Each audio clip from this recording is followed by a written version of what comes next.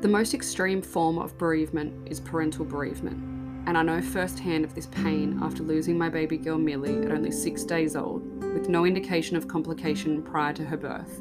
It came as a complete shock to us. We never got to see her eyes, we never got to hear her cry. As the weeks passed and we were riding the tsunami of grief, those around us expressed how useless they felt. They didn't know that we too felt so useless. We didn't even know what we needed, but I knew at that point I needed to speak out. From Milli's life and death, this podcast was birthed. Little Life, Big Loss, as a safe space to talk about baby loss, grief, trauma, heartache, and hope. A safe space for lost parents to share their stories of their real-life angels. A place for those nearest and dearest to learn about our journeys and to gain a deeper understanding in how to help those who are riding the tsunami of grief. Welcome to Little Life, Big Loss. All right, so this is a little bit different this morning. So we did just start the potty online, but we had a few tech issues. So Bianca lives in the sticks and there was no Wi-Fi, so we realised we couldn't hear each other. So I have Bianca here with me. She only lives like 10 minutes from my home, which is so nice. I had done a little intro before, but I'm just going to say it again. We normally when I do podcast episodes, a lot of the people I've been interviewing, I have only met through online, and I don't usually know their story. I don't know Bianca's whole story, but yeah, when I was pregnant with Milli at the end of my pregnancy, I was in a lot of pain. I had a lot of like groin pain and stuff, and so I actually joined a Mums and Bubs PT group. And something that Bianca probably doesn't know was that when Milli passed away, the first thing I thought was I can't go back to that group because there was a lady that was always training next to me. She always had her little baby, and you know, obviously that was quite triggering for me. And then Bianca reached out to me only a few days later saying that she'd actually lost her second child. And so we've now been able to build a cute little friendship. Yeah. And I didn't go back to the Mums and Bubs group yet, but I know I will eventually in time with my next little bubba. And it was such an amazing community. Like I love, Stacey runs a beautiful group not far from my home, and these guys were so supportive. And Stacey actually came to the salon the other day to get her brows done, and and like reminded me of all the things that they did for me in the hospital, and were bringing hampers and flowers and dropping in for coffee. And one of the ladies was checking my letterbox. And so, yeah, super blessed to have such a beautiful community around me for sure. So we will get right into it. Thank you for having Thank you for coming on the potty. Yes, thank you for having me. It's nice to always talk about Bronte and our story. And to be honest, I haven't really said it probably out loud. Really? Yeah, very often. You're not the only one. Like I feel like I've told Milli's story 1 billion times, because I know when people came to visit and they were like, you don't have to share if you don't want it. I'm like, I can't not. Like, I can't not say this whole thing. Yeah. So I love that this is a space that you're able to share the story in full. So my first question is always the same, but who were you before you lost Bronte? I was very lucky to already be a mum. I had a little girl. She was about 21 months when we lost Bronte, but I was like living my little idea of a fairy tale. I always knew I wanted to have babies, and I'd always loved babies growing up and babies and kids around me, and I always wanted 2 little girls. That was like always my thing. I'm one of like 2 girls as well, so I just wanted sisters. I want like to them to have sisters. So I met my husband when we were 16. So we knew like pretty early on, we'd spoken about it, that we wanted to have kids young. So we got married when we were 23, and not long after we tried to have kids, and the like usual story that it was like, right, we'll just have sex without a condom, and then you just ta-da, pregnant. Right? Yep. So like the first month that we tried, I was like, we're going to be pregnant. Yeah. And I remember telling my mum, being like, pretty sure I'm pregnant. And she was like, oh, how do you know? Like, you done a test? And she's like, I was like, no, we just had sex.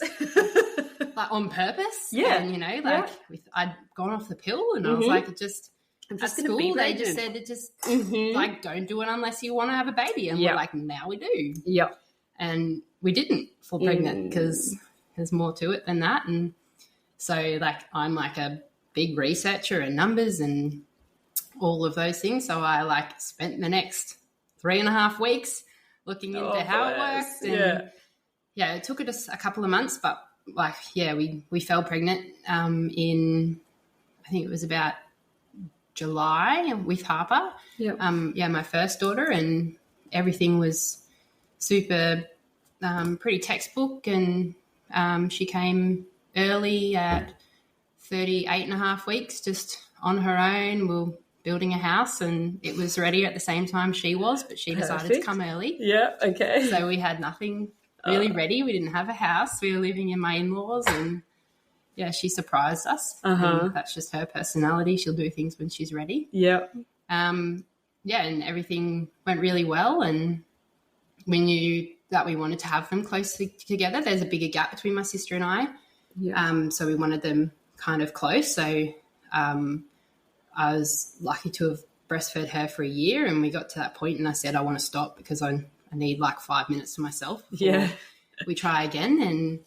And we fell pregnant in, I think she was about 15 months old. Yeah. And we were so excited that, we were going to be able to give her like a sibling. And I had the idea it'd be so good to have a sister, but like it doesn't matter in the end. Of course. And then I remember we got,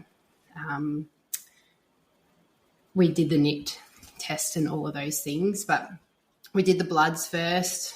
With everything that you usually go to your GP for. And I used the same obstetrician that I'd had the first time on the Gold Coast. And we went and had our appointment at the 8 weeks, whatever it is. And everything was fine. And then I got a phone call the following week. I remember I was about 8 weeks, and it was a Monday morning, and Harper and I were at Crumlin Wildlife Sanctuary. She was running mad, and I was trying to listen on the phone and watch her at the same time. And it was my obstetrician, and she was like, oh, you've tested positive for glandular fever and something called CMV. And I was like, okay, no worries. Yeah, what does that mean? Yeah. And she was like, have you been sick? I was like, no. And she's like, oh, it's a marker that flags both of them in a similar way. So she's like, we're just hoping that it's glandular fever. Yeah. And I was like, I know of people like in high school that had glandular fever and I really rolled them. And apart from like, a bit of tired and nausea, I felt fine. And she was like, okay, that's fine. We're just going to retest those blood tests. I'll send you the thing. Can you do it next week? And then I'll let you know. And I was like, okay, but hang on a sec. Can CMV, I'd heard of before. It's called cytomegalovirus, and it's a common cold, just a strain of it. And about a year before I had Harper, a friend of a friend had a baby with CMV. Yeah. And she created an Instagram page and to create a bit of an awareness about what CMV was. Prior to that, I hadn't heard. And it's typically like a childcare virus, they call. She worked in a childcare when she fell pregnant with her first baby and contracted CMV for the first time. Wow. And her whole pregnancy went on, and she got had to do lots of extra testing, and they were able to test the baby, end up having CMV as well. It can contract, one of the only viruses that can contract through the placenta. Yeah.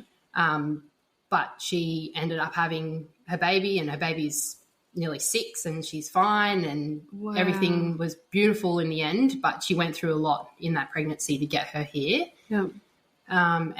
So I knew a bit of her story there, and I thought... You knew there was risks, but you knew there could be a good outcome as well. Yeah, that's right. And I knew, not knowing that was actually the best case scenario, and I was like, okay. So I'd said to my obstetrician, hang on a minute, that's the kidney virus, hey. And she was like, yep, no, that's the one. Just don't Google it. Just go do your blood tests. It'll be okay. And I was like, yeah, we'll be fine because Harper's not in kindy. So it's all good. Mm-hmm. That's all I knew. I was like, it's fine. So I went and did the blood test, and then I got a call about 2 days later after the blood test, and she was like, I need to see you. And we were like, okay. And she said, you they must do some extra testing, and it's not glandular fever, but you are positive for CMV. And I was like, okay, no worries. Like, I don't Still thinking, I know there could be a good outcome. Okay, Yeah. like I don't know what that means, but yeah, rightio. So, and it was like a long weekend. So, and she was booked out as obstetricians are. So we got a 5 o'clock appointment on a Tuesday after the long weekend. And my husband Luke and I went to the appointment, and she was like, look, it can go one way or the other, and there's various in between. But she's like, but I wouldn't let it worry you. It's not something that we usually test for. Okay. She said, I'm really annoyed. Your GP actually ran the test. So she said, it's just something that you're just going to be stressed about for no reason. And we were like, okay, cool. Oh. That sounds good.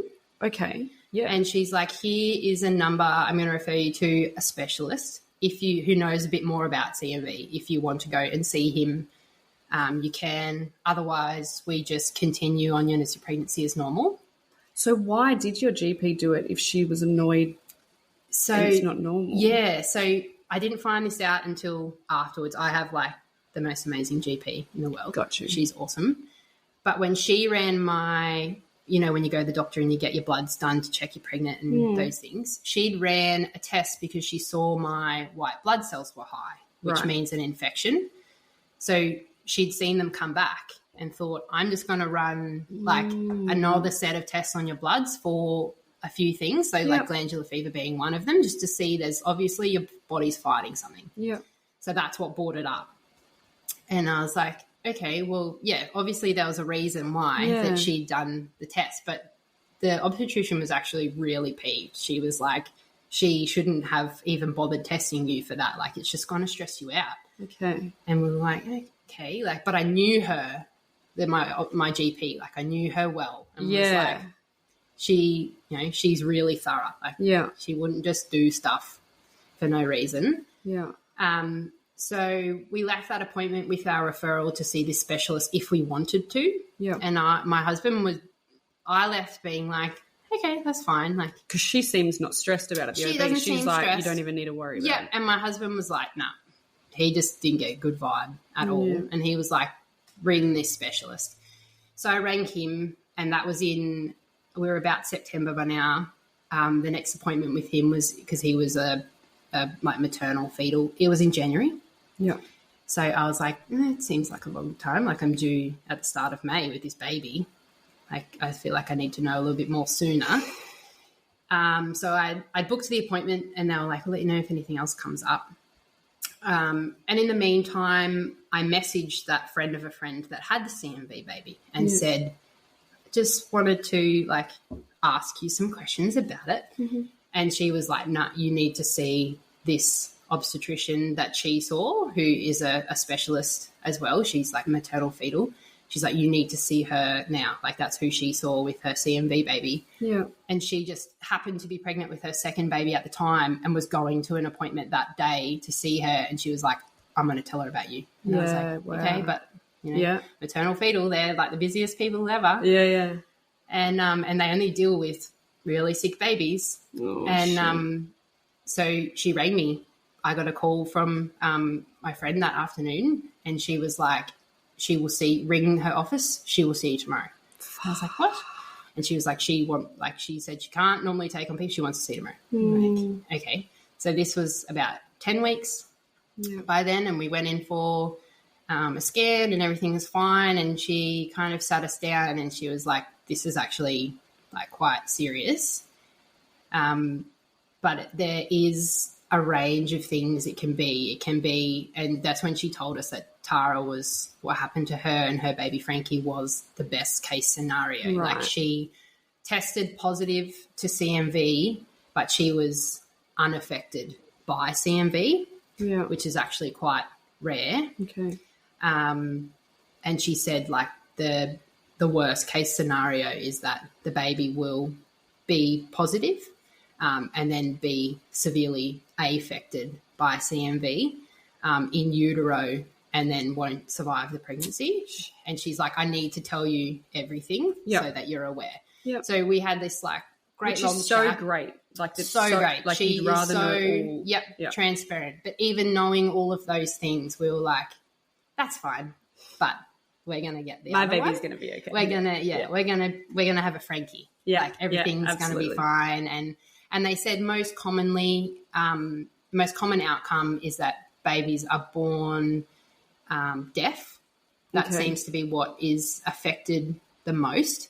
And we were like, that's fine. We can put things in place with deafness, and there's so much technology just ever evolving. Yeah. So, we'd spoken about that this is most commonly what's going to happen if your baby was to even test positive. There's still a chance that they haven't tested positive. They could still be negative. And if it doesn't go through to baby's just fine. Fine. Yep. Wow. So I don't know the full stats, but it seems to be all over the place. Sure. Okay. And because it's CMV being one of the things that doesn't get tested for, there's a lot of... So if my GP hadn't have done this test, we would not have known until the day that we went in for the scan and seen Bronte the way she was. Fuck. And we were just being like, hang on totally a minute. blindsided. Yep. And the 20-week scan that I had with Harper was in wasn't at my obstetrician's rooms. It was at the, just a little place that did the major scans that I went to for your 12-week scan and that scan. That was it. Yeah. So we went away with that appointment still feeling positive. She's such an amazing lady, and she just has that, you just feel safe, that everything's going to be okay. Yeah. And we tried to tell our families in a way that, we were optimistic, but we just didn't really seem to convey it maybe in as serious. Well, we didn't know it was as serious as it was either. Yeah. It was a bit we don't really know. Everything looks okay at the moment. They can't really see anything on a scan until about 16 weeks. Okay. So we were holding on to that. I was about 10 then. So she said, we'll have fortnightly scans for now and then just see what happens. So we came back at 10 then everything looked fine. 12, everything looked fine. 14, everything looked fine. We got to 16 and she said, this is where if there's anything to see, we'll be able to start seeing. And everything was fine.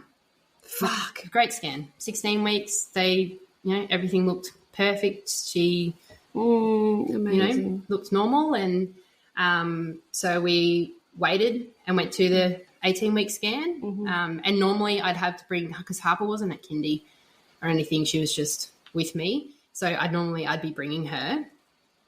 So we went to the 18-week scan, same, everything looked fine. Amazing. And so at this point, at what point can they test if it's gone through to baby, or is it just based on what scans look like? So you can choose if you want to do the amnio with the needle through the belly. And we decided to do that at 20 weeks. Yep. And she'd said that's kind of when it's closer to 99% sure. If we'd done it earlier, there's still a bit of a risk. You probably want to do it again later on. And I was like, I'd rather just wait to 20 weeks. And so can baby contract it at any point, or if it's got it, it's got it? It wouldn't be that... it wouldn't progressively get it. Sure. It would just... because they can kind of look at your CMV numbers to see when you might have contracted it. Wow. And they thought it would have been really early days, right around conception sometime. But I was never sick. I never... Did you go, can you recall where you went somewhere? Because this was... Yeah, so this was right in COVID. So COVID was... December 2020. So that was when I had her. So we conceived about August. So it was everyone was washing their hands. Everyone was staying away from each other. We were in the depths of COVID. So that was, I was like, what? I'm not even sick. How, I hadn't, no one gotten COVID yet. We're all, staying away from everybody. I later looking into CMV more, so when it says it's called the kindy virus, they don't mean the kindy itself. They mean the age of the children that you're working with. So under 2, children under 2 are the biggest carriers for it. Gotcha. So, and I had a 15-month-old. Gotcha. And So- like she could have got it from the park or Yeah, from anywhere. and it just presents as a common cold for her. I could have got it from my husband. And the reason why CMV is such a risk is only if you've never contracted it before. So most adults over the age of 25 have gotten CMV, whether it's as a child or older, have gotten it, and then you develop like immunity to it, kind of like chickenpox. Like it's pretty rare to get it again. Yeah. There's no vaccination for it because there's just not enough research because it's not tested for in pregnancy. And so this would have been the first time you'd ever had it? Yeah. So that's the only way it can pass through is if it's called a primary infection. People get it as secondary infections, but it can't pass in utero like a primary. So that was some extra testing that we had done when I first started over with the maternal obstetrician, where she wanted to determine which way I was. Okay. But she said, yes, it's primary, so you have the risk of it passing over. So, and it's just passed on by, just coughs and sneezes or sharing utensils and drink bottles. I saw in one of my like pregnancy groups when I was pregnant with Milli, and there was a lady really freaking out about this thing that she could catch from, like she was literally trying to isolate herself from her daughter because she was really scared. And I remember everyone talking about it, but I just had no idea what she was talking about. And I remember thinking, oh, I don't have kids in school, so that doesn't matter. Like, that's so crazy. So, but I didn't know that until later on. I just had knew it as being not in childcare yet. I was like, well, we're fine, obviously. Okay. And then, we went to the 18-week, everything fine. So we were like, we're good. Just laughing, keep going. And I remember it being right in the middle between the 18-week and the 20-week scan. I remember getting out of the shower one day and Luke walked in and I said to him, I don't know what it is, but I've just had like a feeling come over my body that I just feel different. We were so positive and maybe naive as well that anything could go wrong. Like you don't think anything's going to happen to you. Yeah. And I just said to him, I don't know, I just feel not so positive all of a sudden. And he's like, okay, like, do you want to go and get a scan? And I said, well, I only saw her last week. I see her next week. Like, I'm sure it'll be fine. I said, I'm just thinking out loud. Yeah. And then nothing else. I didn't really think much more about it. And we came to our 20-week scan and we decided to leave Harper at home. We left her with my mother-in-law, so we dropped her off that day. We went to work and we had an appointment. It was about 11 and, of course, everything was running late. So we were just hanging around and we're having the amnio done that day too. Okay. Which is a risk as well, right? Yeah. It's a risk. Is an amnio still a risk of miscarriage even later in the pregnancy? Yeah, because you can get a bleed. Sure. Because it's an infection as well, because you're entering to take a sample of the amniotic fluid. Yeah.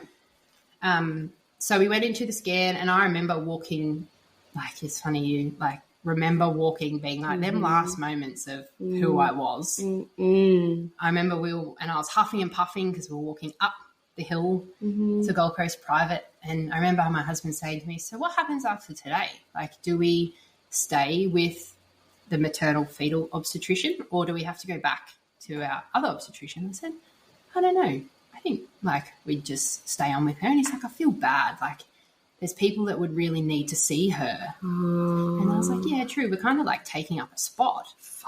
Because, she's looking after all these sicker babies and then there's just us like breezing through a pregnancy. And I was like, yeah, I'll ask her. But we really loved her and he was off it at our other obstetrician. So he was like, I'd like to stay with her, but I feel bad. And I was like, oh, we'll just see what happens. Like, we'll ask her about it.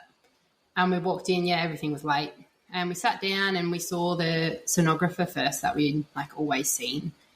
And I remember she put the Doppler on and she just looked really different. You know how there's normally that beautiful side profile baby and she was all like curled up in a ball. Curled up, yeah. And I was like, I remember saying, gee, that's a tricky position to be in for, 20 weeks is a big scare and they've got to measure everything.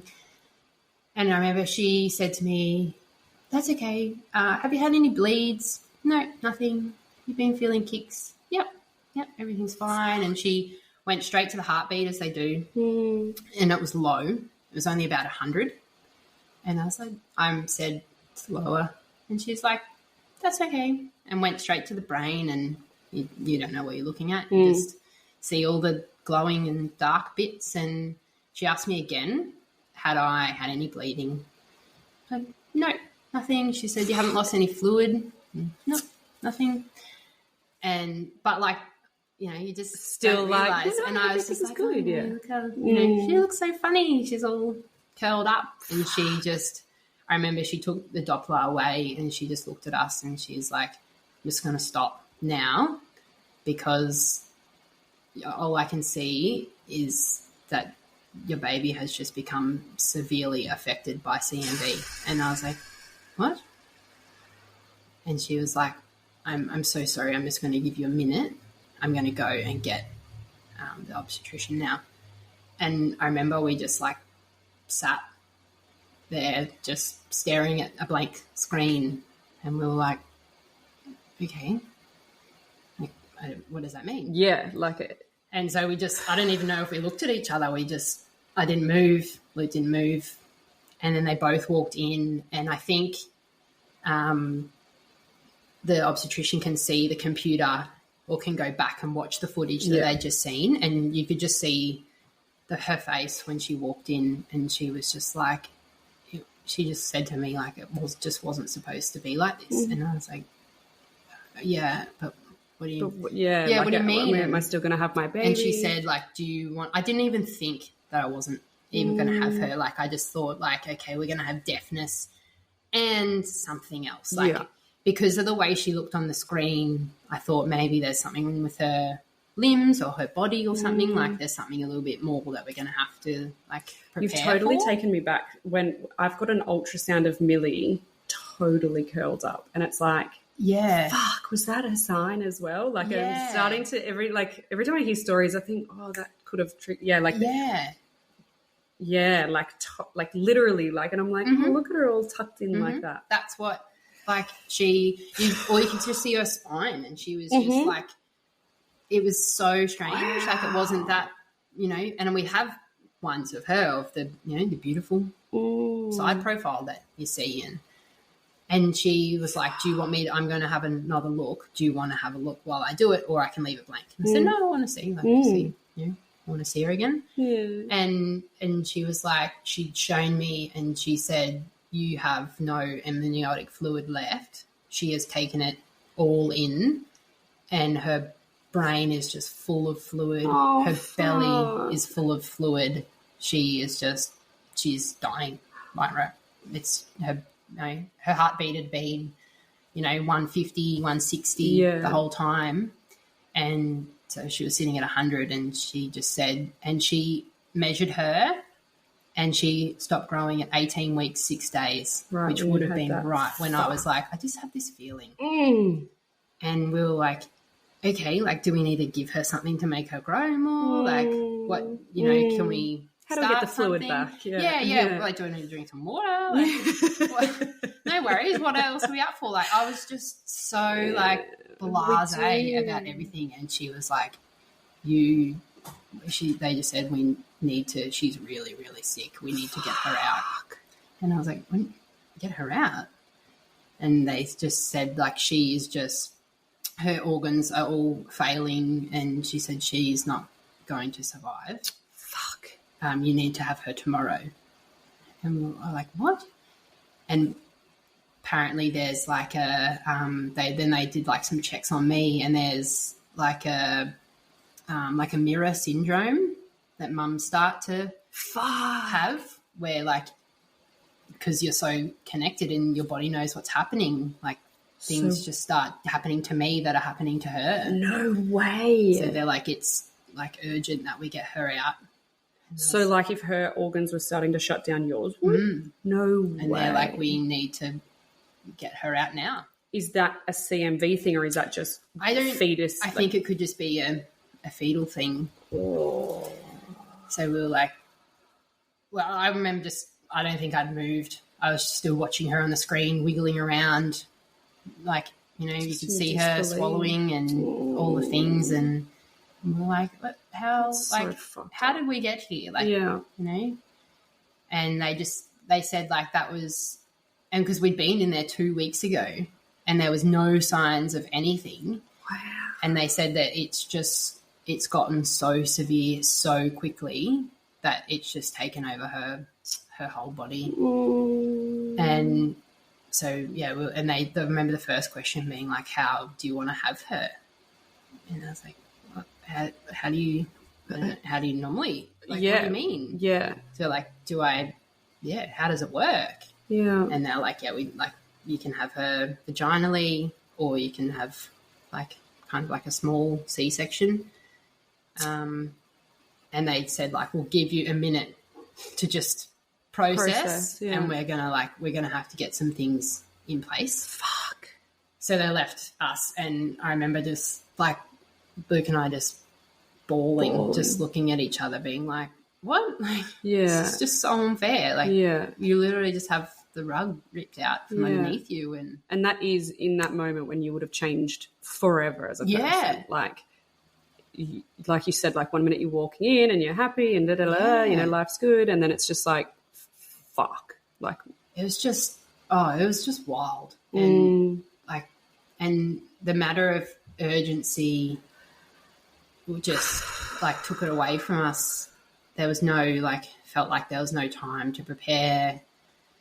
I do wonder a little bit if the timing, because this was the week before Christmas. Wow. Oh, man. Fuck. And I hadn't said to you yet that, like, you know, we've spoken about doing this a few times, and I've kind of been putting it off. And then when I messaged you about doing it, and we're working out the dates of like today being available, like her third birthday's on Saturday. Oh, no way. So this all happened like 3 years ago on Friday. Oh, this day. my God. So like the timing of it is like, it's divine as well. Yeah. Being like, you know, it's kind of finally time for me to like share it all.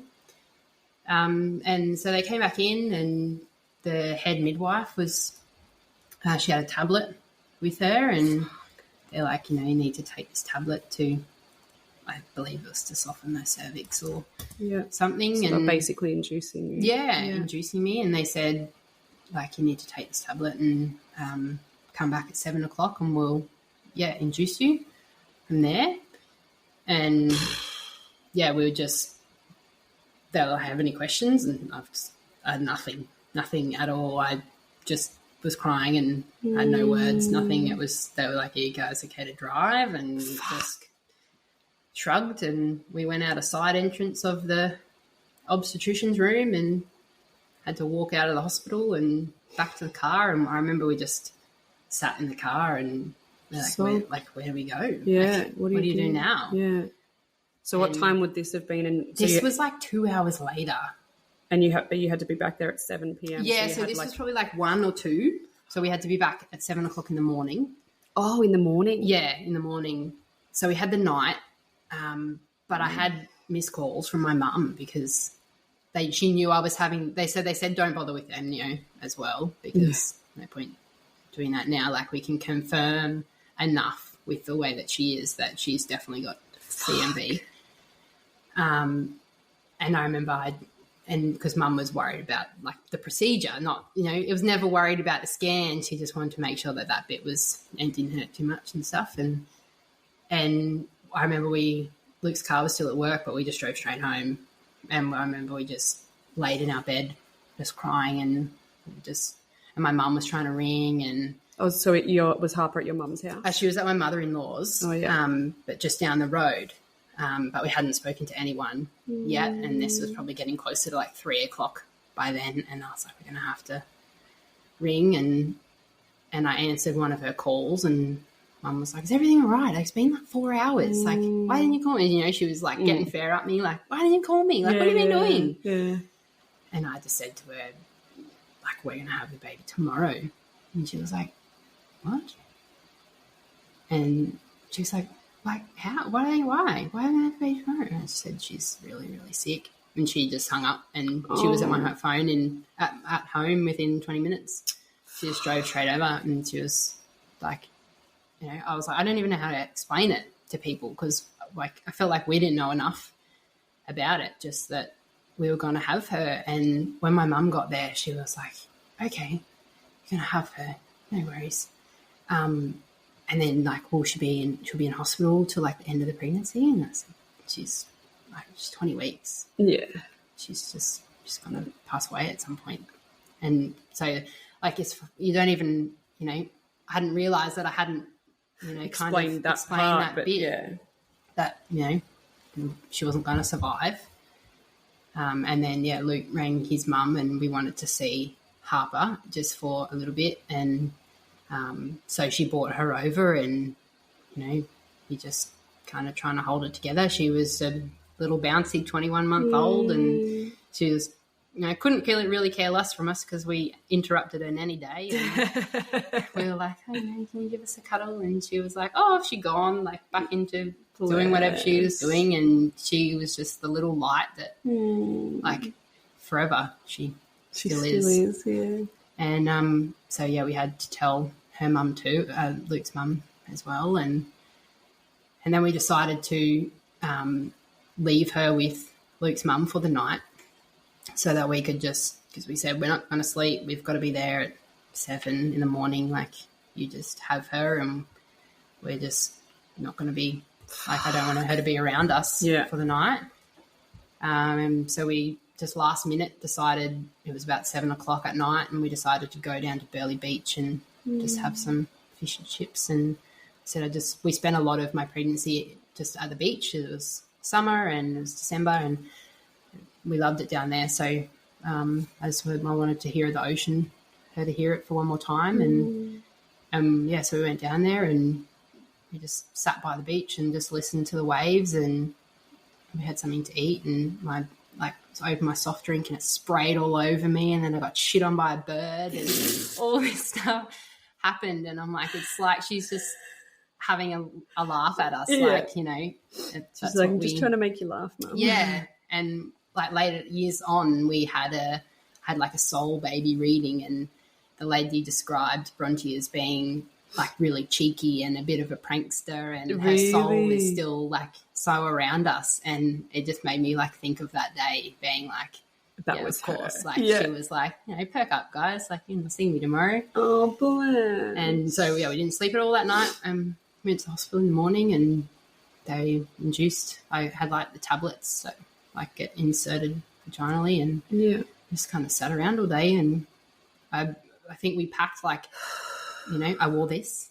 Yeah. This exact dress. I love that so much. With me, and I wore the same, like, you know, undies and bra that I'd worn to Harper's labour, and I remember just getting there being like, holy shit, so I remember just asking the midwives, being like, so am I going to like go into labour? Like, is it the same? I was terrified of, and I wasn't terrified of labour with Harper, and I had a really positive experience, but I was terrified of what it was going to look like, and what like she was going to look like, because they'd said how large her head was and her belly was because of the fluid, and they said it's just going to be the same, you just don't have to dilate like as far because she's only small.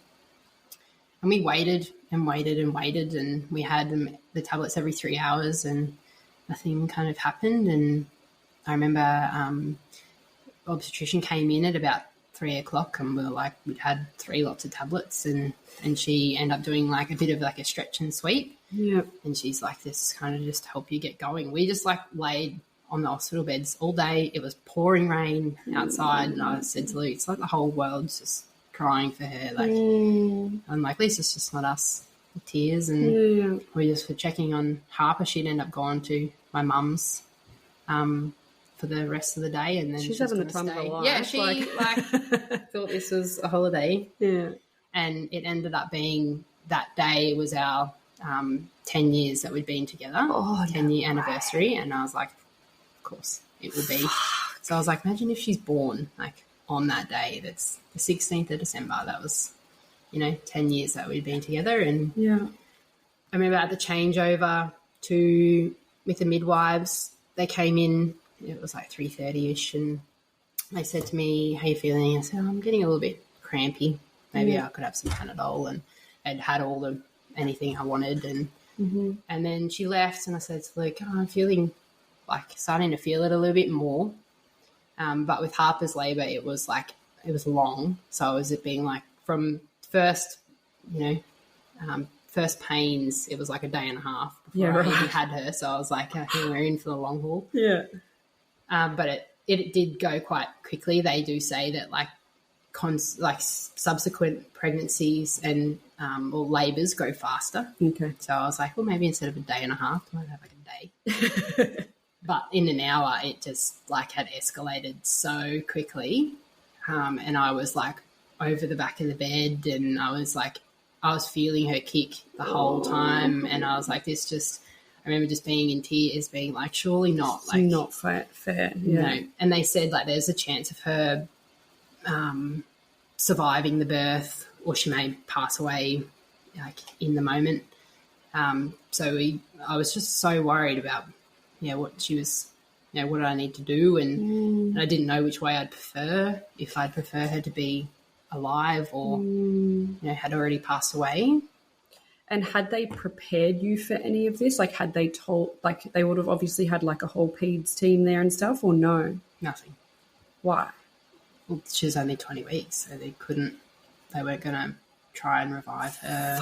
If she did, it was you just had to let it happen. Oh, that's so fun. It was just the beautiful midwives, and we were in this first little room of the birth suite, which I now know is where babies like her are born, and you could hear other babies being other people in labour around you, and while we sat all day and waited. But yeah, it finally got to kind of the pointy end, and I felt like I could push, and the obstetrician came in, but I was just so hysterical. I just I wasn't helping myself getting her out, and she tried to calm me down. I was just getting exhausted because just being upset, and we just kept moving around, and then the obstetrician went out, and then I just turned over, and I felt my waters pop, and there was just a tiny little trickle of water, because that's kind of all I had left.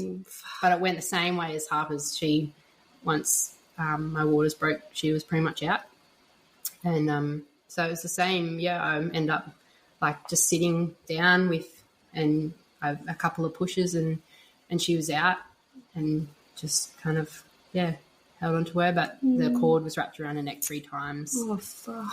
And she was only tiny, so I remember just sitting there holding her while the midwives were trying to undo, and everything was so their skin is so sticky, and just sitting there waiting for her. And I think I listened to one of the other podcasts with the lady that had the triplets, and she'd said she kind of didn't realise if they were alive or not. You just don't even think. And I remember thinking back, being I assumed that she'd passed away. I didn't even really know. We were just so focused on trying to release her, because I have really short umbilical cords, so I couldn't bring her up to me or anything. She was just sitting in between my lap and just waiting for her to be released enough to get her out. But she was just so beautiful. She was just, I was worried that she wouldn't look like a baby. I didn't know what to expect of a 20-week baby, but she was everything. She had the whites of her nails, and we have a big gap between my toes, and she had it too. And I love she had a little bum, and she was just so sweet. But she had a really big head, so it was really, really enlarged out the back, and her belly was really big. So they cut her cord, and I kind of wrapped her up, and we held her, and just looked at her for ages. And that was about 4:45 that day, in the evening, and just in shock. Total disbelief that this. I just remember we were saying to each other the whole time, "This is so unfair. What happened?" Yeah. How can it just go from one thing to another? And especially so because quickly? it was like every scan was good, it was good, it was good, it was good. It was Yeah. like it was almost like being blindsided, Yeah. because it's like, we're good. Yeah, and just built up, and then being like all of a sudden just like, how can it just go south so quickly? But that's how they just said the severity of it was just like something that they'd never really seen before. Of how quickly, like normally they see something so early. This was rare. Yeah, how severe it was. They said that was just the way it was going. Like often you can, if you catch it early, there's like antiviral medication that you can take to either slow the progression or to a point where it can like stop it. But we didn't even have that chance because it just came on so quickly. So, yeah, and we spent, like they bought the little cuddle cot in and a bed for Luke, and they said like we could stay as long as we liked. And the midwife took some photos for us, and it's really nice, the photos that we have, like of the three of us together, and kind of spoke about like I didn't know if I wanted Harper to come in, but I thought I wanted like my mum and my mother-in-law to come in and like and meet her, but I wasn't thinking, I didn't advocate for myself in any way, that I, it's hindsight, like you wish you'd done more, but Luke was a bit like, no, like let's just us keep it, and I was like, okay. But something else, I have like lots of regrets, but I remember holding her just after she was born, and I think it was the obstetrician came in and said, do you what do you want to do regarding her birth and the time and things like that? Because they said in Australia, births over 20 weeks are recognised as like a child being born, and to do a funeral and things like that. But under 20 weeks, they're not recognised. And she was 20 weeks one day. And they said, we can backdate her with Christmas coming up. We can backdate her birth so you aren't required to register her birth and things like that. What? And I remember just holding her, and I don't know, someone could have told me, sign here, this sign away your house. Absolutely, like, So I think I just shrugged my shoulders, and she was backdated to 19 and 6. You're fucking kidding me. Yeah. So she's not registered, so they classed it as a miscarriage, which means you also wouldn't have got mat leave. Fuck off. So that was a Thursday, and I went back to work on Tuesday because we couldn't afford it.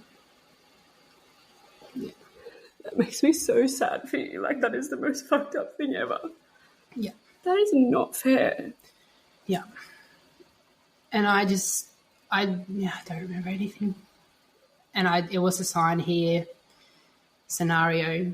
That's so fucked up. Yeah. That's like had the biggest effect, like on my healing and everything, that like I can't even recognize her. They do like a, why would she suggest that? I don't know. And the words were like, so you don't have to have a funeral. And what? And like, now I know you don't have to have a funeral. Like, no matter what, you don't have to have a funeral. No one has to have a funeral for anybody. Like, but a funeral is quite healing as well, and you might want to have a funeral, but to not, like, even that part aside, like one of the biggest things I've said, and you've probably heard me say it, and now I feel bad because it's probably extremely triggering. All I keep talking about is how blessed I've been to have received mat leave from the government and have the last 20 weeks to just be. Like, I've literally so just necessary. There's no way I could have gone back to work. I would have sold my salon. I know I would have. I was only ready 3 weeks ago, and I probably was only ready because I knew I had to. I did have to start earning money again, and but oh my word, you poor thing! That is all kinds of fucked up. I know. I now see that's really wrong. And you don't get a fucking birth certificate for her. We got like a little like handmade, like a certificate of life, of like a acknowledgement of life, I think it might even be called, but it's still got 19 weeks, 6 days on it. And I can't even look at it, like, especially when, and I was like, I know, like, we were only kind of like scraped in by a couple of days, but like that would have just. But obviously changed. that was you were over 20 weeks and you could have gone into hospital earlier, but you didn't. And so it was almost like that was the timing that it was meant to be. That's right. Like she was meant to be 20 plus 1. Like, yeah. So you went back to week the following Tuesday. And she was born on a Wednesday, and we were in hospital for the night. So yeah, we had like the weekend. So there was lots of things that, and then now I like listen to other people's stories about like the time that they had to prepare for the birth, and they were given a few days, and but everyone was closing for Christmas on like that Friday, so I don't know if it was a bit of like a kind of wrapping up here for holidays. It's crazy because like it's so interesting to hear that side of it, because I know that some of the other interviews I've done when people have gone in and they've not been able to find a heartbeat and they've found out that baby has passed away, and then they get sent home. And that blew my mind when I first started hearing. I'm like, what do you mean you got sent home? Like I would have assumed that you got induced straight away. But then I know Crystal's interview was super interesting, where it ended up taking them 4 days until they birthed Whittaker. Yep. And she said in that time, it did give them time to prepare and speak to the family and talk about things and what are we going to do, and they're Kiwis, and so they have a really strong cultural thing around death, which I have learned a lot from her, and I think is amazing. So I've always thought they would do it the way they've done yours, where it's like quite quick. But then I can see what you're saying, whereas you had no time to process. No, and I didn't even think to bring her anything. Like I didn't bring, and we we're having a second girl, so we had clothes and blankets and toys, and I just wish I'd taken her something. Like we just well, what would you think to pack? You've gone, you've just all you've really been told is that she's unwell, she's not going to make it, and you're giving birth tomorrow. Like, and then all of a sudden it's like, I'm just gobsmacked. I know. It took me I didn't even think that would be legal to fucking backdate it for starters. Yeah, it's not. It's not? No. Okay. It's definitely not. Because that's fucking weird. Yeah. I even thought it was crazy. So when Milli was born, they popped my waters at 11:09 and she was coming out at 11:11. Yes. And they put her time of birth down as 11:13, but I had photos that it was actually 11:11. Yeah. And so I asked them to change it. I thought they'd say no, and they actually said yes. I was really surprised. So, but I mean, that was 1 minute, 2 minutes, not days. Yeah. And like now maybe because I doubt that they probably like registered her as being born in their system and stuff like immediately. So like maybe I'd had, like if I'd thought about it soon, like, it would have had to be within the day or two to ring up and be like, I changed my mind. But I'm sure I signed something. And like you saying that you shrugged your shoulders, I say it all the time to people. Like every time they'd offer me things in the hospital, I remember just looking up at the midwives and just shrugging. Like, I'll do whatever you think. Like, do you want heartfelt photography here? I'm like, we're going to give you these bears. I'm like, like you don't literally trusting anything they say to be what you need in that moment. Yeah. And so of course man. Yeah, no. And like we weren't offered heartfelt or bears of hope, or there was kind of nothing apart from, I'm sure the cuddle cot was bears of hope. Okay. But we were able to have her overnight, like in that cot, and they offered me the sleeping tablet, and I obviously didn't take it, and I just sat there with her like on my chest and just sat there all night and just looked at her, and Luke had a bit of a sleep, and we were given like an angel gowns. Australia does like a little gown to wrap her in, so I think somebody brought up angel gowns on one of the podcasts and my brain didn't click. but I almost got married in 2012 and I didn't get married. And I'd heard, and then I tried to sell my dress for years, whatever, blah, blah, blah. And in the end, I was like, I actually don't want it, but I'd heard about an organization called Angel Gowns. It was 10 years ago. I donated my old wedding dress. So did that I. was never, did you? Yeah. Well before. No, a month after she was born. I never, how crazy is that? Yeah, and then somebody brought it up on a potty a couple of weeks ago, and I didn't really click. And then I was driving the other day, and I was like, Angel Gowns. Oh my gosh! Yeah. I donated my wedding dress 10 years ago to a funeral home in Bondi. I had this big, over-the-top, crazy dress that they were like, we would make so many gowns for little babies. And I remember at the time thinking, oh my gosh, that's so awful. Imagine having to bury a baby. So your dress could have been part of your dress could have been any one of these your guests that so crazy. Yeah. It's intertwined. Wow.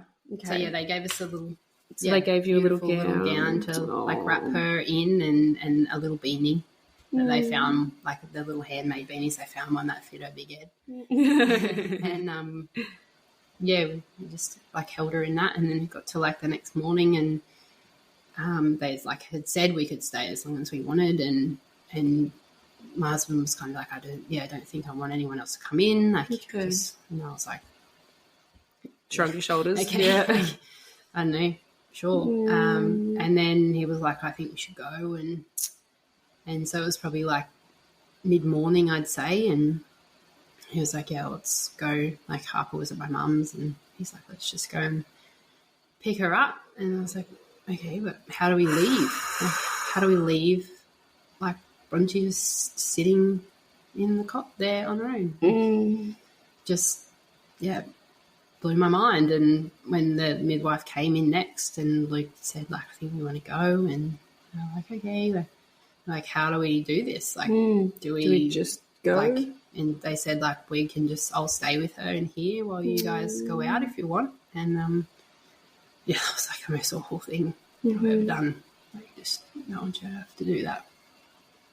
And I remember we walked out of the room, and there was a little, reception desk there, and they must have said, that preparing that we were going to go. And I remember a lady walked around the corner holding an FBOS machine, and she was this young girl. She was like, I'm so sorry, but your health cover, because you haven't served your 12 months. Shut the fuck up. Swerved 10 months of your private health you need to pay for today before you leave. So we were hit with it was $1,600. That did not happen. Yeah.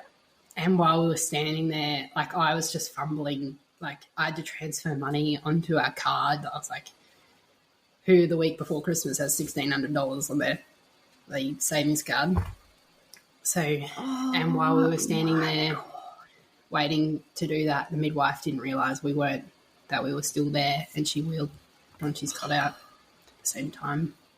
So I was just losing it. And so we paid for our You're standing there paying. Oh, my word. And I felt for this poor girl. She was just from the reception desk, and she was like, I rang.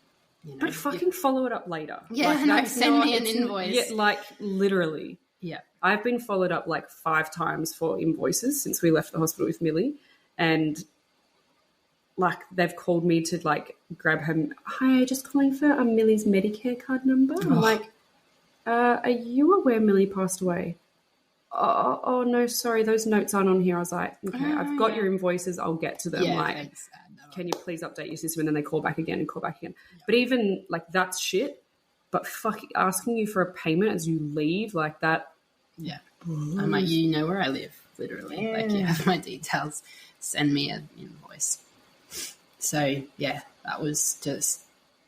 I've also since found out, because I've been in contact with our social workers from the MARTA, just saying, guys, communication needs to be better, because I am handling this okay, but somebody else is not. And if you keep calling, one of the hard, and you will agree with me, one of the hardest fucking things ever is you have a Medicare card without your child's name on it. Yeah. I fucking hate it. And I just wish Milli was on my Medicare. There's something there. Yeah. Yeah. And I hate it. And so every time they call me and ask for her Medicare card number, I'm like, actually, nope, she doesn't have one. And like that hurts so much.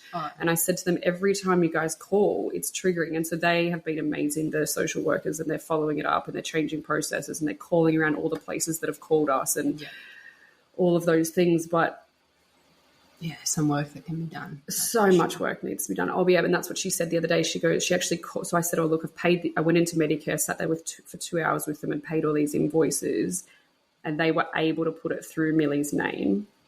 Medicare were amazing and hadn't sent the card out because we had registered her death, which I think is actually good procedure. Yeah, I get that, but also I was like, oh, but I want the card. Yeah. So that was good, but then the martyr actually called one other place and got like our invoices null and void. So they'd actually just sit there forever under the circumstances and wouldn't have needed to be paid. Right. Mm-hmm. Didn't know that. I mean, maybe not all the time, but in this, I just know that was what had happened with this, and they were like pathology because they were so I'm getting all these invoices. Yeah. Milli's skull X-ray, Milli's this, and I'm like, $119, $56. This, it's like, fucking kidding. And especially when, like, you see things written like that. And you're like, I don't want to know.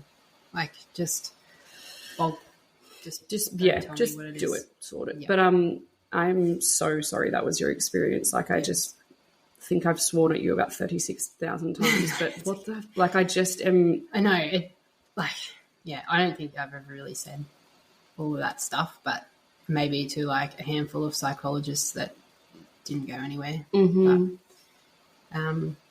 so that was like the hospital experience side of it. I mean, we got home. I got home and grabbed Harper, and I don't know. I don't remember much at all. Christmas was coming up, and it was her second Christmas, so she was like, excited because she's understanding. Yeah, understanding a bit more that she's going to get lots of presents. And then I remember that was the Thursday, and the Saturday morning I got a reminder came up on my phone that we had Santa photos and booked in, and she was just so excited to go and see Santa. And so we went, and I remember I remember in the hospital with Harper, we got like a Born at Gold Coast private bear, and I'd asked for one when we left with Bronte, and I said, can I get one of those bears? Because that's where she was. She was born. Because we got those, like the hearts that I wore and then left with her. And then I had like a similar one. So I'd like pinned that onto the bear, and we took that to, the Santa photos with us. And I remember Harper was holding it, and I remember them being like, can we just put your teddy down so we can get the photo? And I was like, I just wanted to have it. Thanks. Like, Did you say that? Like, yeah. And they were like, oh, okay. Like, they just... And the photo is like, it's like the worst photo of Luke and I. Like, we're just staring at the camera, and you can just see that we're not there at all. But, and Harper's smiling away, and we're just sitting in the background, and then off we went, and we got her cremated. And Luke sorted that. I don't remember. They didn't call. Like, Luke must have dealt with that all or something, because I don't remember anything. But the only thing I got was the call the day before Christmas Eve and said that she'll be ready Christmas Eve to come and pick her up. Oh, my word. So we went to, where she got cremated and picked her up. And it was the same place that Milli's funeral was.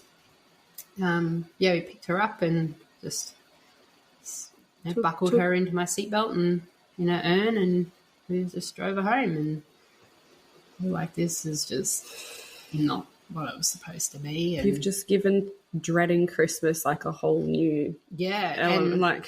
And I had Christmas presents under the tree that I didn't realise until Christmas Day that were like, to Harper from the baby and to the baby from us, and just little bits and pieces that you just got smacked in the face everywhere. And I still do something, I'll just get me. But I have like no memory. I remember people just like the comments everyone talks about, the comments that you get, and about like, oh, you could have a drink on Christmas. Oh, like, on Christmas Day being like, yeah, I just had no words. I said nothing. I would scull a whole scream. bottle of straight vodka and still not feel That's what the I was pain like, that I'm already feeling. Makes it all better, doesn't it? And at least you can have a drink on Christmas Day. So I was like, okay, that's wasn't really a highlight. Yeah. And then we went up. We always go to Fraser after Christmas with like our families and that. And I don't remember anything. I don't remember. I see photos and I don't remember. I've got a really good memory usually of like things that happen, and I can see photos and remember moments around it, and I don't remember anything except for like I remember people saying things like, "Oh, your belly's gone down," like, and you're like, "Really? Do you want to say that?" Like, yeah, I had that. You bounce back well. Yeah, and you're like, "Oh, haven't bounced back. I'm depressed as fuck and not eating." Yeah, thanks so much. And have you got your period back yet? And you're like, "What?" Yes, actually, it's really fucking traumatic. Yeah, I'm still bleeding. Thank you. Yeah, right. Yeah, because then you still have postpartum, right? So you have postpartum bleeding, and the milk was probably coming in. Yeah, so I'd only not long, like I'd stopped breastfeeding like 6 months before then, like just before we kind of fell, and so my milk was trying to come in, so I ended up going back and getting some like medication to stop that. And, you still get all the things, the postpartum hair falling out, and all those things that happen. But I had the memory loss for a really long time, and I think I put off any kind of dealing with it for a really, really, really long time. Like I think Christmas didn't help because you're just trying to get through that, and then it came to January and Harper was starting kindy, which I'd organised when I was pregnant. So she had to go to kindy, and I remember just being, the drive in the car on the way to work on my own, and, just leaving her somewhere, and it was just like the timing of everything was just seemed wrong. But it was the reason I was putting her in was in preparation for like the baby to come, and I'd done all the like orientations and the visits with a big pregnant belly, so having to go back to them places and with no belly anymore, and that came up a lot. Being like, "Oh, did you have your baby?" Or or just the look you up and down, and be like, "Hang on a minute," like, and you just got to like shake your head, like as in, I got a lot of like, no one said anything. Oh, really? Even like in close family and friends, the whole time, no one like acknowledged anything. That's Why? Why? I don't know. I don't know if it's like, I don't know if I just like want to blame the Australian culture, or if it's just like the way the people around us are a bit more. But she like still like, I know it's, it's only 3 years on, but still like her birthday rolls around and we like celebrate her birthday. Harper gets a little cake, and we have like a garden that we've made for her, and we've sprinkled some of her ashes in there, and we always sit by that, and we make sure it always looks beautiful with the little flowers and things in it all year round. And no one really acknowledges her much anymore, or even really at the time it was like that initial like, sorry that happened to you, but you must carry on because you've got a daughter already, so away you go. And I do think there is a big mentality around that. I think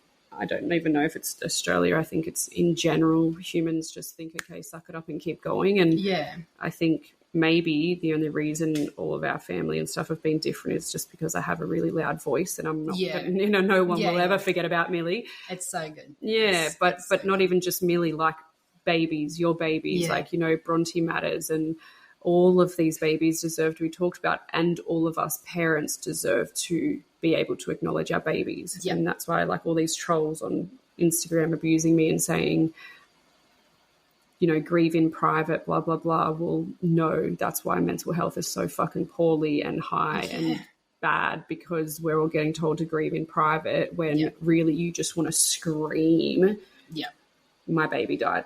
I lost my baby. Every time I'm in public and I see someone with a baby, I just want to tell them that my baby's not here. Like and I'm sure you still get it, I had it like hugely with pregnant people. I remember I'd avoided shops or anything like that where I might run into someone purely because I was so scared for them. I just remember thinking oh my gosh, I hope that their baby doesn't just die like mine did. I hope that, but then I'd see someone, buying a baby purchase when they were pregnant and being like, oh, that's a bit right. Yeah, it's a bit forward of you to be assuming you're going to bring home a baby. Yeah. I literally... And I feel awful for feeling that. But because I had to go and take back we bought a new car seats for Harper to move up into, so the baby was going to have her old ones, which we kept them anyway, but the second seat on the pram and, the extra set of baby things that we thought, that we were going to need, I still had to take all of those things back. And it was kind of don't put yourself in the position that you need to take those back just in case. But it's the biggest chicken. It's so shit. That whole excitement of bringing home a baby just gets taken away from you, and you feel naive and silly. I was actually online last night chatting to a girl for hours, and we were literally showing each other our baby nurseries because we had everything set up. And I know I was full term, so obviously most people would have but I was above and beyond stupid. I had every gadget possible because I was so scared of not having something available for Milli. Yeah. And you feel ridiculous. Yeah, so normal. And you just, you can't unsee it. Yeah. Yeah. But now when I see people setting up early people keep commenting on my nice new car and I'm like, oh, it's Milli's. Yeah, exactly. We upgraded our whole fucking car. But they're all normal things that you're supposed to do and you get excited for. We had done that too. I'd got a little bit bigger car so that it was just a bit, had a bit more space in the boot for my double pram. That's why. Exactly. And then I couldn't really look at that pram, even though I'd sent the double pram part back, the seat back. I ended up selling that pram because the reason I bought it when I was pregnant with Harper was because we had the intention of wanting to have two kids close together. So I bought the one that could be a double. Yeah. And I was like, this pram's never going to be a double. Even if we decided to have another baby further along, it wasn't going to, Harper was going to be bigger. She was going to be bigger. She didn't need to be in the pram at the same time. So I ended up selling that pram too because I was like, I just can't, you can't unsee it the way that you wanted it to be. Yeah. But that always came up a lot. And so you said that you have quite a few regrets, and I think it's good to talk about them. One, to get them out for you, but two, to for other people to hear what things may or may not be. I mean, everyone's different, and it'll be interesting for me to hear yours as well because I already have a few regrets as well. I think everything for us panned out so beautifully. But then I hear other people's stories and I'm like, oh, I wish we did that, or I wish I knew about that. Yeah, just so much of just advocating for myself and for her in the time that I needed, especially going back to work. But obviously it was a huge factor. And I didn't know at the time that I wouldn't get the maternity leave. I didn't know. I'm so angry about that for you. Yeah, I'm so pissed about that. I remember going, because I'd done it on the app with Harper, and I remember going on the app, a week later and trying to apply for it, and they needed her birth certificate. And I was like, I must have just forgotten that it had even happened. And I remember looking in my stuff for it, and I only had that appreciation of life or whatever it was. And I was like, and I emailed them and was like, how do I go about doing because I knew that there was a number that they had to give me at the hospital for Centrelink, and I didn't have the number, and I remember I inquired, I turned up to Centrelink being like, I'm just going to go in and do it because that won't let me. And they were like, oh, what kind of paperwork? And they were like, I'm really sorry, what do you have? And then as soon as they seen the certificate, and I had 9, 10 and 6, they're like, oh, you don't actually qualify for it. And I was like, what? Why? And so I remember just being in the middle of Centrelink being like, okay, is there anything we can do? And they're like, oh, maybe you can get them to change it back. And so you told them that they had changed the date? Yes. And then I went back Surely there's records where you could actually show that. I mean, surely there'd be a bit of stuff. What about the FPOS thing that you paid? Yeah, that's and the date that and you my scans, 100%. You know how your scans show you like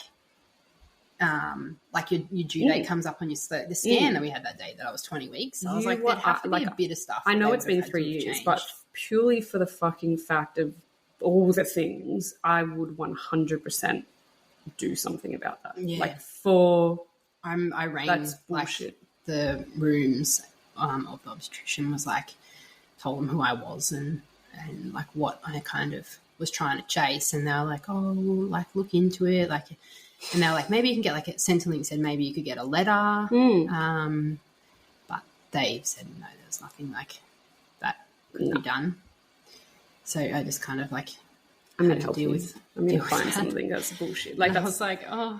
And then I was like so worried I didn't want to get anyone in trouble, and I don't know, but that's been like a huge part, and so much of my healing, because I would just had to go back to life and work, and you just, I didn't heal for a really And so, and then you said that you've seen like a bunch of psychs, but nothing's really come from that. Yeah, so they'd said in the hospital, they came in and said, we will book you an appointment with the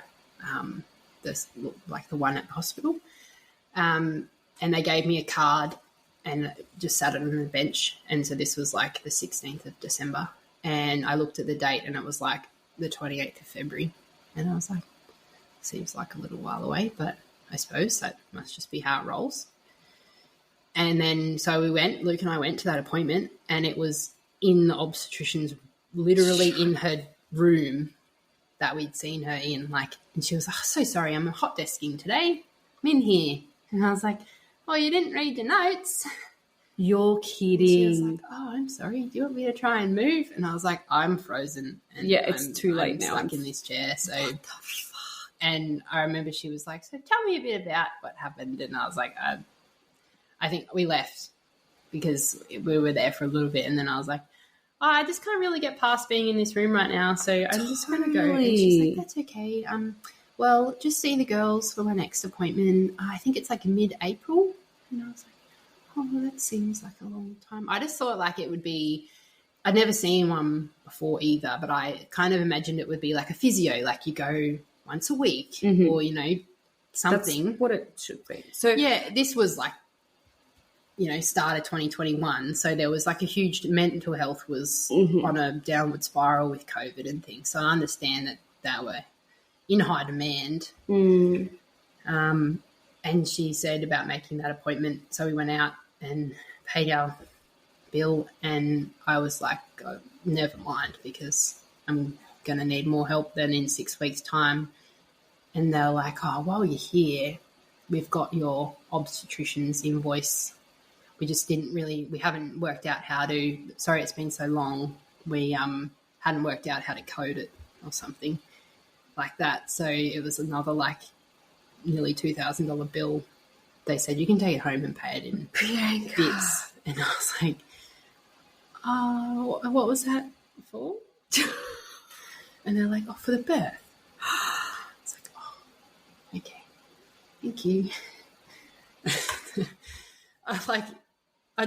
It's not funny, but it's just like it's not funny at all, but it's just like one after the other after the other. It is laughable because it's like, are you fucking serious? So and I'd spoken to, like, not that I didn't expect her to do anything for free either. No, like, she's a specialist, but I didn't think there was anything else. Like, it's literally like, and because it had been 4 months, you hadn't heard from them, and they were unsure how to code it. Yes, and I was like, well, this got to be not the first time that something like this has happened. So I was like, oh, okay. And again, probably could have posted it out or contacted you or something, like, not, hey, you've just had your first psych appointment back in our office. Super triggering. Here's a $2,000 bill. Yeah. So, like, and it's not all about money either, but it's like, it's a huge factor for like everyone. Yeah. And, I had no idea it cost so much money to birth a baby and then get them. Like, we still had to pay the funeral expense of coming to get her and like cremating her, and then her urn and choosing that and all of those things. So we'd already forked out. Like, it's cost me way more to have her and for her to pass away than it has had. I did end up going into Medibank one day, and with the bill that I'd paid at the hospital, probably same like 4 months later, when I just was having a bad day, I think I was like, right, I'm going in there. And I was like, how? And I remember I got this I just felt sorry for him straight away, because I was like, I'm like, just got some things to say. I'm about to tear someone's head off. Yeah.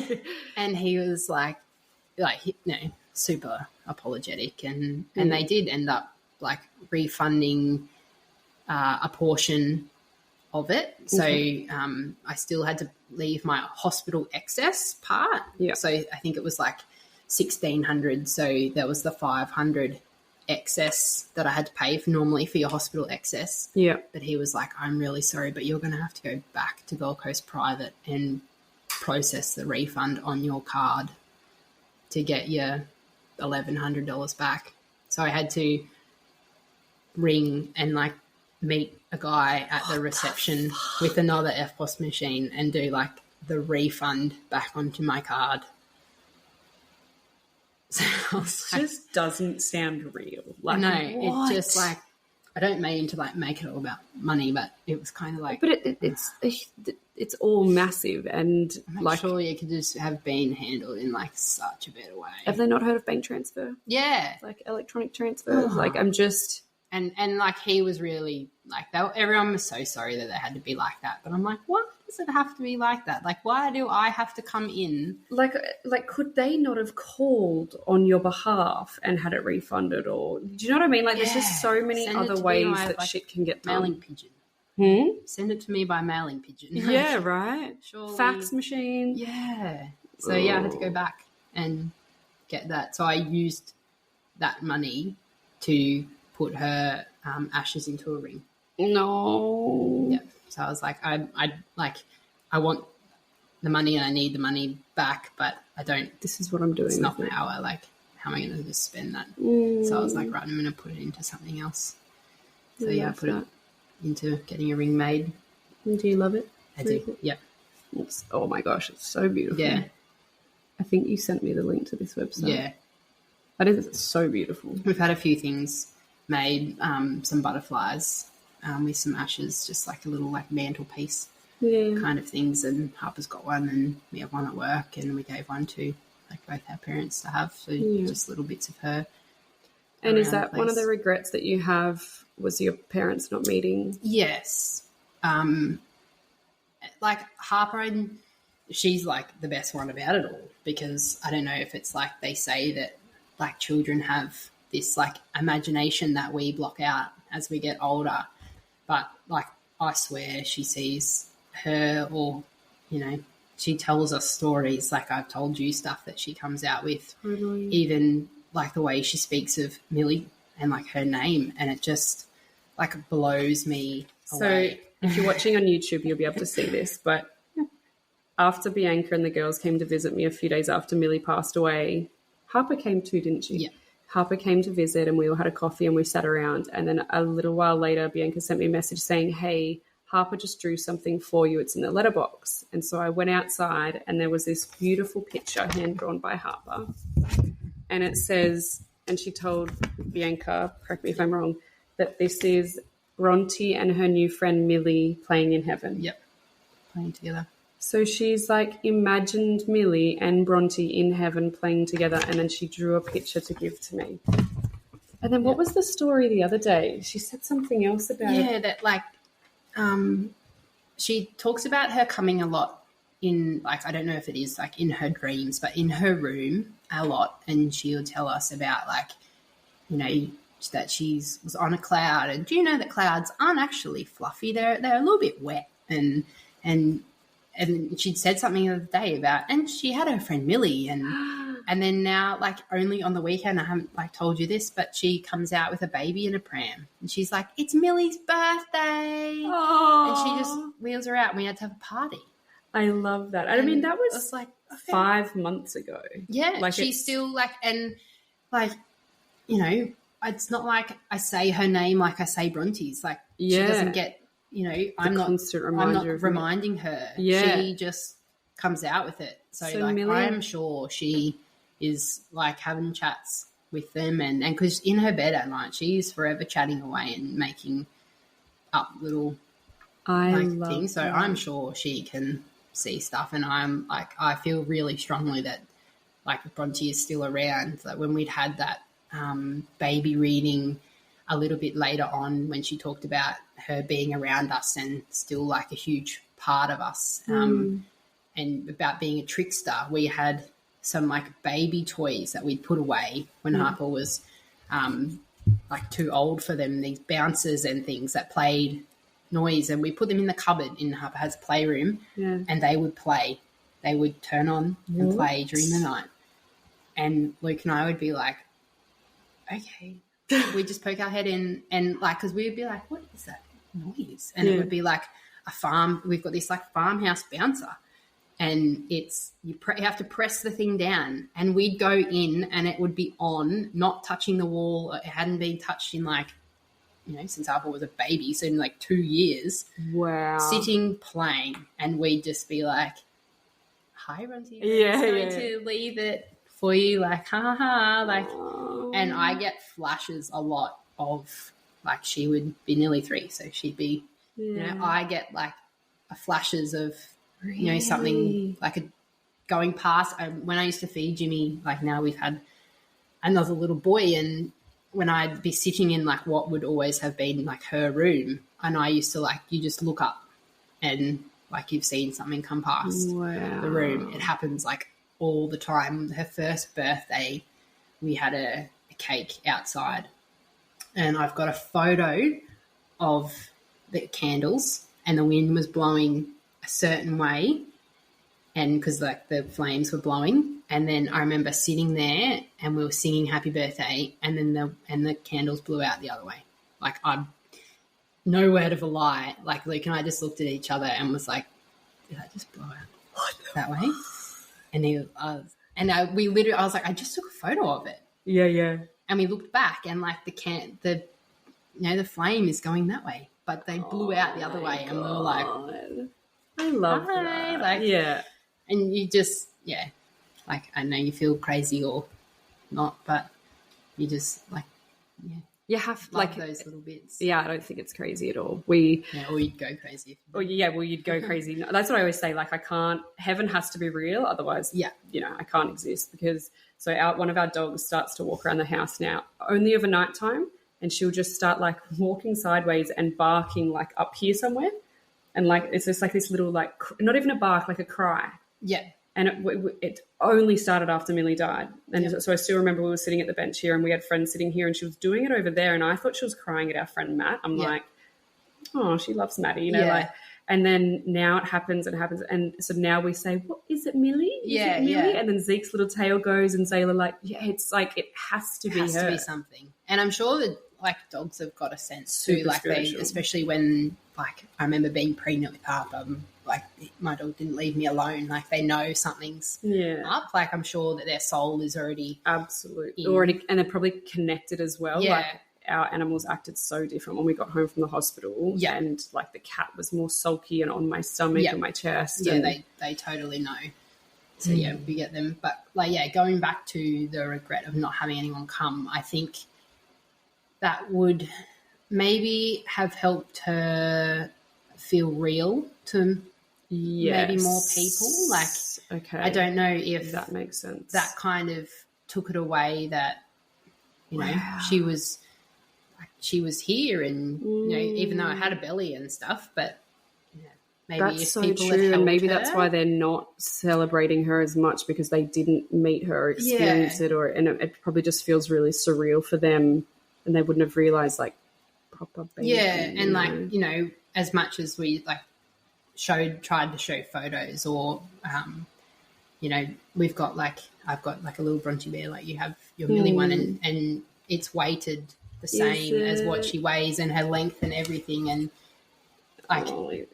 you go like, oh, she was real, and she existed. She still sleeps in the middle between Luke and my pillow. Oh, I've actually got a weighted bear on its way. Yeah, and I think Dylan really thinks it's weird, but I think once it arrives, he's going to love it. He's going to love it. Yeah. Is he? Yeah. Yeah. Yeah, he will. Luke does. Where did you get? Maybe Isla's.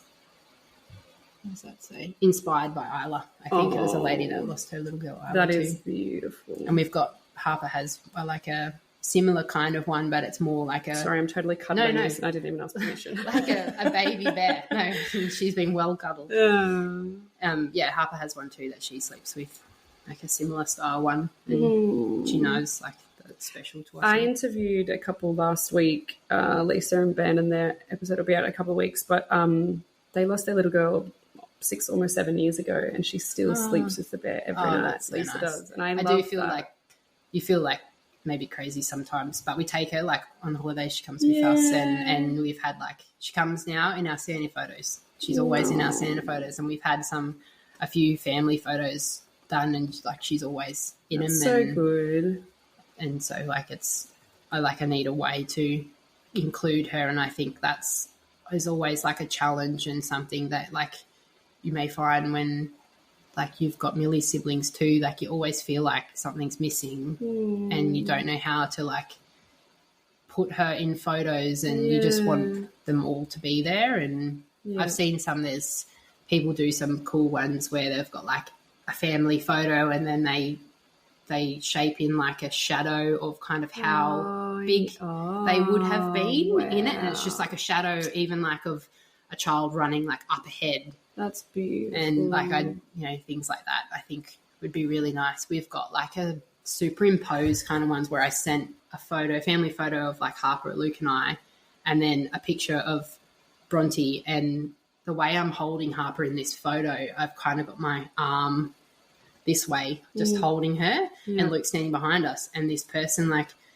put her in my arm, and it's amazing. That is so stunning. And how you were saying with the dogs barking, it's in our kitchen where Jimmy sits in his high chair now, and he turns around and laughs at that picture. And I just same thing, being oh, you're laughing at your big sister. Is Bronte here?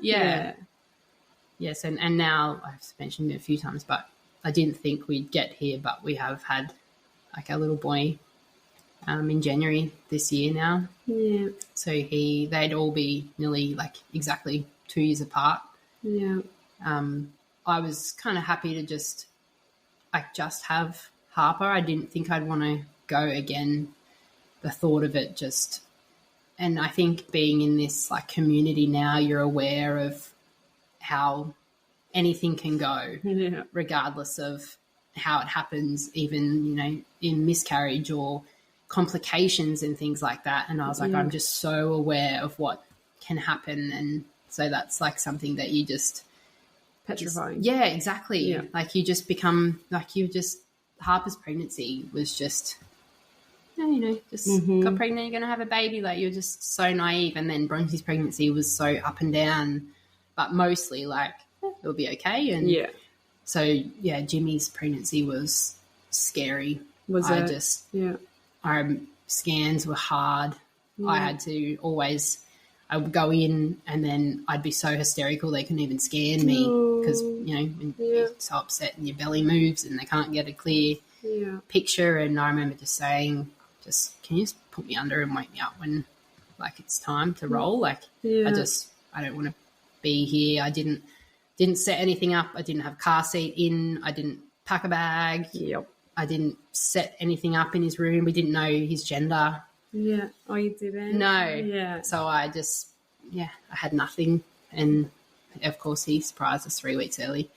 So I felt and then I felt awful for him when he was born. I was so sorry, mate. You've got flowers on the wall of your room and you've got pink cot sheets in the cupboard. They're not even on. Because all of a sudden you realise none of that shit matters, right? Yeah, exactly. And by the time I got home from the hospital, my mum had gone out and bought blue sheets and put them on. Like I didn't even have sheets on. It was the mattress was still laid up against the cot, and I had, I'd pulled out some like white clothes to take with us, but it was a bit like, because it's so scary. Like it's like, how do I'm like, our nursery is already and still set up, but I'm not touching anything. I'm not doing anything because I'm like so petrified of feeling like a fool. Yeah. Assuming that I get to bring a healthy baby home. Like, fuck. And I didn't want to like, you just feel like you're going to jinx something, being like, I don't want to like, and I didn't even tell my mum until I was like 10 weeks with Jimmy. Like I didn't want to jinx anything or get anyone else's hopes up either. Like our whole pregnancy, I kept it. I didn't wear anything that even showed I had a belly. Like I didn't want like, not that I didn't want people to know, but I just didn't want to like, there was less people to have to tell if something happened, because that was really hard. Like even I remember it was easily a year after I'd had Bronte, I was in Target with Harper, and I think I had a pram, but she wasn't in it. She was just walking beside it. And a guy that I knew came up to me, and last time I'd seen him, I was pregnant with Bronte, and he came up and he'd seen the empty pram, but Harper walking, and he was like, oh, and you had another baby. That's right. When I seen you last, you were pregnant. And I was like, I just remember being like, holy shit, this is like a long time afterwards. Like, being like, okay, like, well, no, I didn't. Because he looked at the pram being like, oh, where's the other baby at? And it's kind of like, oh, no, like I had her, but she passed away. And so you just still, all of that time later, you're getting hit with those moments. And, I don't know if it's just the time in your life, but you get asked all the time how many kids that you have, and I still don't know how to answer that question. And if I answer it one way, I feel terrible if I don't include her, but then I feel like, oh, how do I keep going? Because it never ends with, 3. And then they go, oh, how old are they? And what are their genders? And where are they? Because you've only got this one and this one here. So and then you've always got to have that. Do I have time to have this conversation? Do I have the capacity? What am I going to say? My husband's always like, just tell them. Like, just tell them. And I'm like, I just, I've got 2 little kids I don't need to, like, lose it at, like, in front of all the time. And, I just pick my crowd now and go, like, if I'm having a good day and it doesn't catch me by surprise, maybe I'll say 3, and sometimes I go, oh, she's at, with my mum, or because they always just keeps going. Like, where's the other one? Like, oh, now I've dug myself a hole, and she's in heaven. Yeah, and sometimes I do just say, and like I just go, oh, I still like struggle with answering those questions. I'm not like the most open person, and then I'm like, why am I feeling so uncomfortable? I know when it's. It doesn't need to be like that, but I'm like getting better. Like I do love talking about her and sharing like her photos, but I think I realized that I think other people, I feel other people's discomfort as well, and which is true. People are uncomfortable, and I understand that, and I totally am and was too. But like you were saying, pick your crowd, but we didn't choose to be uncomfortable. We didn't choose to. It's like this big thing going on social media at the moment where people aren't doing trigger warnings because we didn't get a trigger warning, and I'm like, right. I actually love that. Like, why? Too. I don't get a trigger warning when someone's going to post their healthy child, even though I'm stoked for everyone that has a healthy child. Don't get me wrong, but I have photos of Milli in the salon, and I have all of the things because I want people to know that I am comfortable talking about it, and I'm not going to feel uncomfortable. And all my clients have loved talking about her, which is so divine. But I think because I'm just like, I can't not talk about this, and it might make you feel uncomfortable, but this is my reality, and my life is very uncomfortable at the moment and probably will be forever. And so if that makes you feel uncomfortable, then we just can stop the conversation. Yeah. But I probably won't have a conversation with you then, because this is all I can talk about at the moment. Yeah. I know I mentioned something to Dylan's family the other night at dinner about the post I'd done on the Facebook group to advertise that I was reopening business. Yeah. And I'd put on there, like, I've just been on maternity leave, but sadly I didn't get to bring my little girl home, and da-da-da-da-da.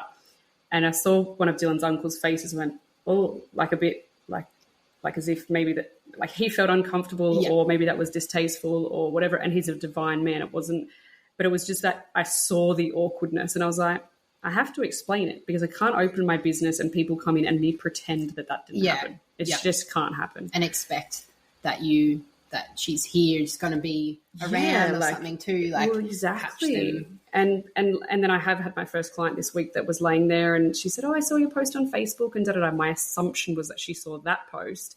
So I'm doing a browse and she's talking about her grandkids and she's going to see them for Christmas and she's so excited. And then she's like, so do you have kids? And I went, oh, you didn't see that one. Yeah, and I was like, oh, I thought that the post you saw was that one. And no, my little girl died in July actually. And you know, obviously then she felt awful and I wanted to avoid all those awfulnesses by pre-warning people. But, you know, she looked to the side and saw the photos and then we chatted about Milli for ages and it was beautiful. But you know what, I think like you love talking about Bronte, talk about her, do it with pride. Yeah. You know, if people feel uncomfortable, that's on, you know, like I quite often, if someone feels uncomfortable, I'll pat them. I'm like, it's okay. I know. And you're like, I'm comforting them. I comfort them. I do. Every one of my clients has cried that's come in. Yeah. And I've only cried once with one of them. I felt really safe with her. Not that I haven't with the others, but usually I'm in a space of, okay, I'm working. Yeah. They've all cried and I've comforted them because it is also sad for them to hear that story. Like they were on that journey with me and they're devastated for me. And so, but I think we're allowed. It's nice too that like, I think I didn't get that a lot, that it was kind of like no one's showing any emotion, like, you know, just someone else cry with me at least. Like, I think I was a bit like, oh, everyone's just rolling on with their life. Like, should I be doing that too? Like, I didn't know anyone that like had experienced anything like it. I had a friend, funnily enough, the two like best people that are still like will forever, they know it's Bronte's birthday coming up, is who's now a close friend, was the friend of the friend that had the CMV baby. Really? And her sister, and she has had some miscarriages before she's got her two beautiful girls now, and they are like the best, and they're just, I don't know, they're just those people that are okay to laugh and cry and ask the questions that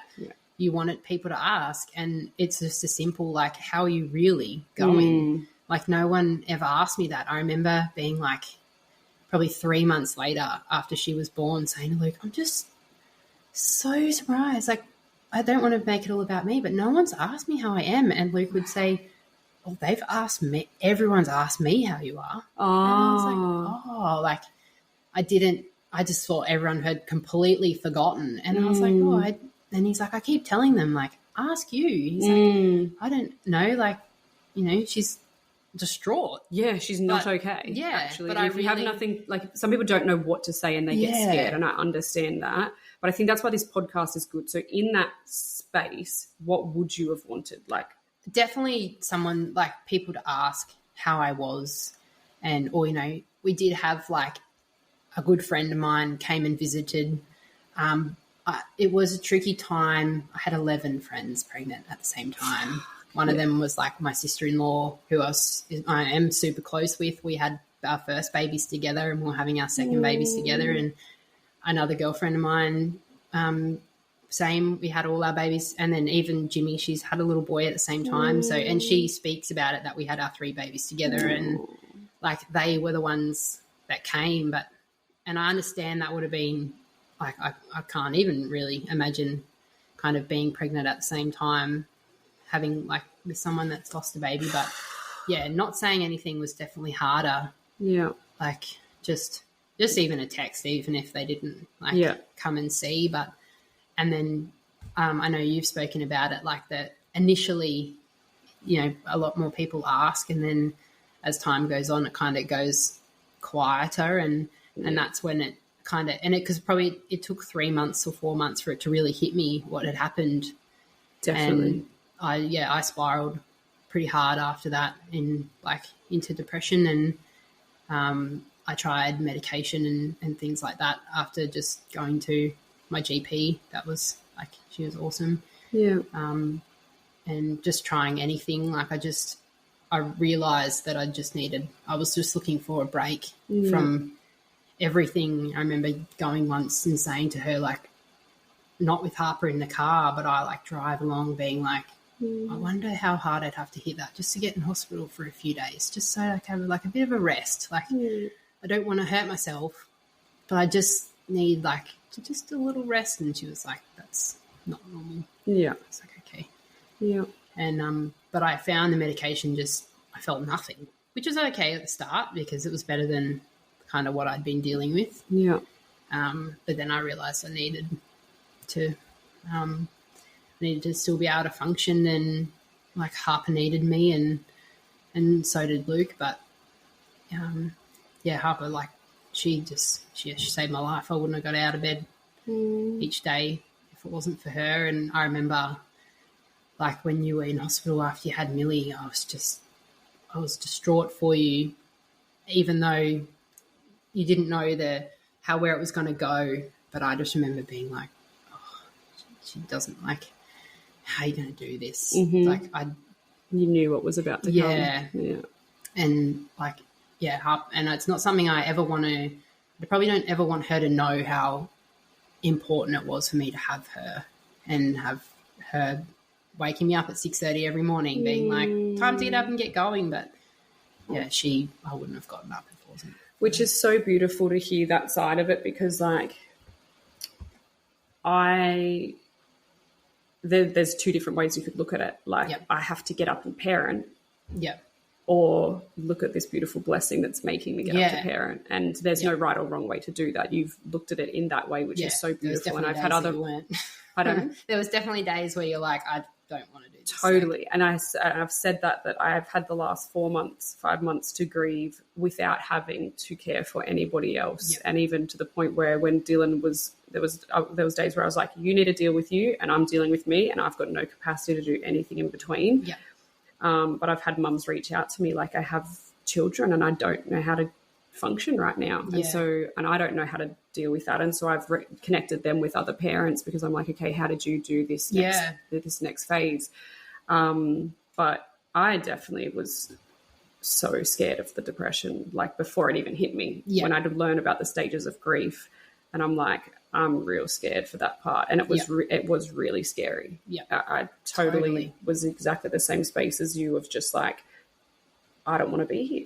Yeah. I just want to be in heaven with Milli, and I'm not going to do it. And I am here. But actually one of the snippets from this week's podcast was like finding reasons to live. Yeah. And my psychologist would say to me, where are you at? And I'm like, I don't want to be here. And she's like, okay, have you made plans for anything? I was like, oh, absolutely not. Like, I'm not going to do it, but I don't want to be here. And it's just that, like, I just need rest. But, and she would say, what is it that's keeping you here? And I literally was saying, like, I think about my nieces and nephews, and they make me want to keep going. I want to inspire them to be strong, and I want to, show them that, we can get through life's challenges and whatever that, that's just what came to me in that moment. Yeah. That's what I was living for. And, I wasn't going to, but it's so fucking valid. There was days where I slept for 17 hours a day. Literally I'd get up, maybe go to a psych session, or I was getting to Pilates, weirdly enough, but I was just trying to do something from, to go spend an hour, not talk to anyone, not make friends, just do something for me and then come home again. Yeah, fill in the day. But I'm glad you had a good GP. Like, I'm glad that she gave you things to, medication. I am a big advocate for medications for things like this, whether it's situational or long-term. And I'm surprised, did she not give you a mental health care plan for your psych? Or she did in the end?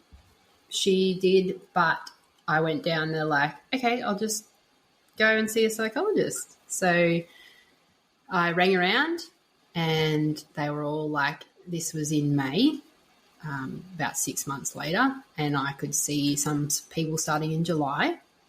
And I was like, I just imagined it would be sooner. Mm-hmm. And when I just kept going back to see her, and I just said, I'm sorry, I don't like if it's okay that I'm doing it like this instead, but I just feel so safe with her. And she actually opened up and she said, I don't normally tell people this, but I lost my second baby girl too. Wow. And she's like, so I'm so okay that you come here as often as you need. Yeah.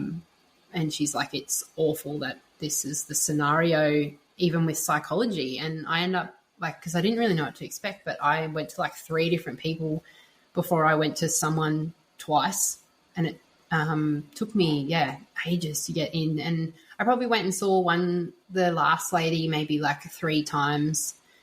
And I think the last time I tried to call was probably around this time last year.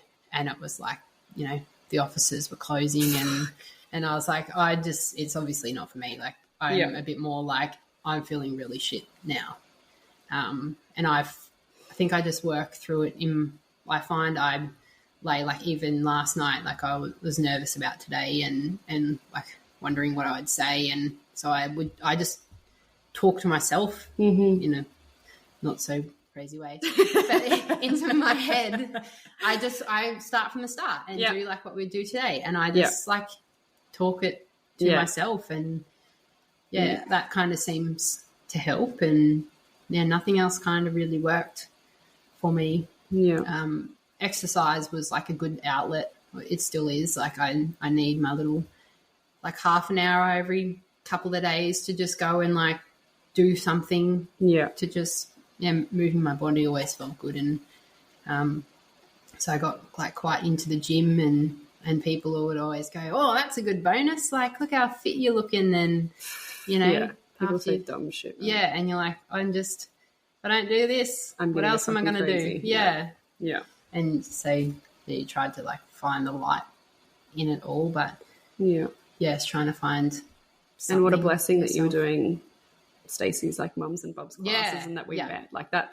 All of those, when I look back at how our paths crossed, I literally wasn't going to join that until after Milli was born. But instead I joined only 5 weeks earlier.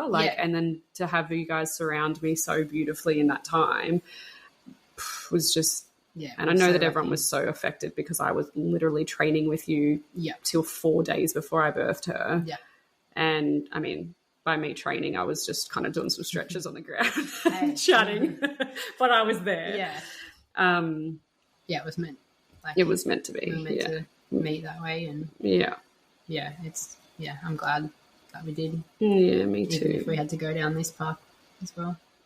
And it's just so crazy that my first thought about not going back was, and I know there were so many kids there, but I just used to always remember you training next to me and Jimmy being there, and I'm like, I just can't go back and see that baby. And do you know what I mean? Yeah. It was totally. But I just had no idea of your story. And so I think that's such a big thing. We just never know someone's story. And because why would you be at a PT group telling me about the baby you lost when I'm pregnant? And I just met you, so of course I wouldn't, but I also just didn't know people had gone through this. And it opens a different world. Yeah. But I'm going to give you the number to the psych that I see because she's local to here. And I started seeing her literally 3 days. So my GP heard what happened, reached out straight away because she's phenomenal as well. She had me booked into the psych that afternoon at 2 p.m. And I've seen her every 2 weeks since. My mental health care plan has run out, and so now I've got to pay. And so I cancelled last week because I didn't have the money. And my GP's receptionist has already emailed me wanting to see me this week. So obviously she saw that I cancelled and is following up with me. It's just amazing. Awesome. Yeah. That's and the psych that I see is really beautiful, just very, very intelligent. So nice. I don't think has gone through grief or loss or had babies or anything like that. So I remember when I first met her, I thought, what are you, I've seen 1,000 psychs in my life and, but she's divine. So I'll give you her number anyway, because it is important even 3 years later. There's totally think I've got work to do. Yeah. That's for sure.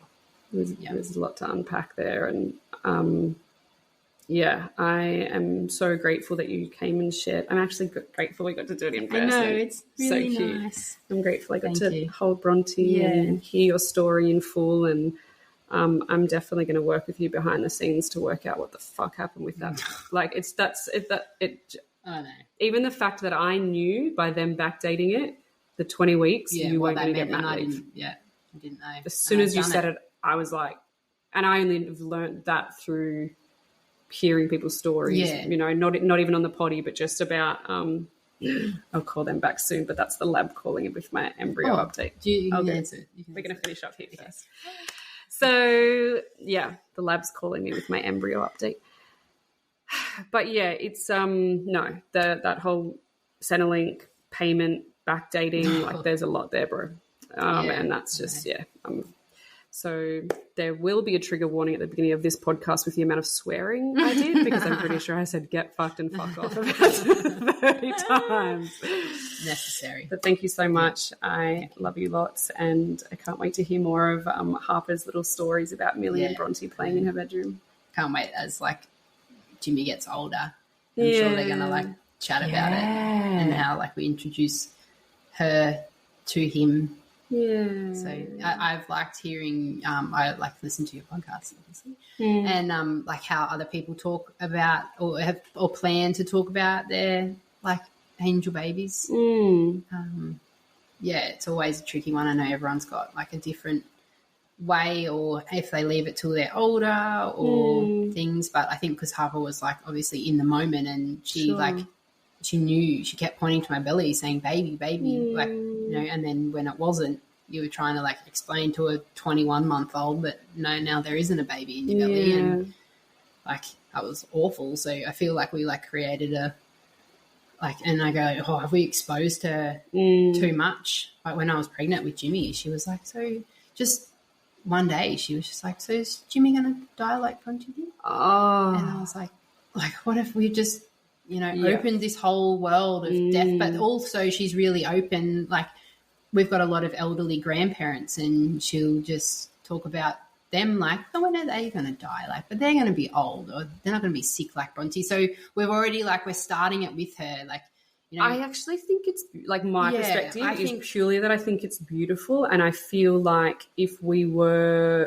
talked about death in that such a beautiful, innocent, childlike way, she's like, oh, they'll be in heaven with Bronte, and that's really cute. And and it's sad that they see a pregnancy and go, is that baby going to die too? But then there's also a sense of, well, maybe they won't be as naive as us, because they've got that little bit of reality, a little bit of education. And so it's, I think it's quite beautiful. And I imagine that we will, from a very young, like I know that we will be talking about Milli to our babies from the second they can hear it, you know. And so and then it means that then they have that beautiful relationship like Harper has, where she sees her and feels her and like knows her. Yeah.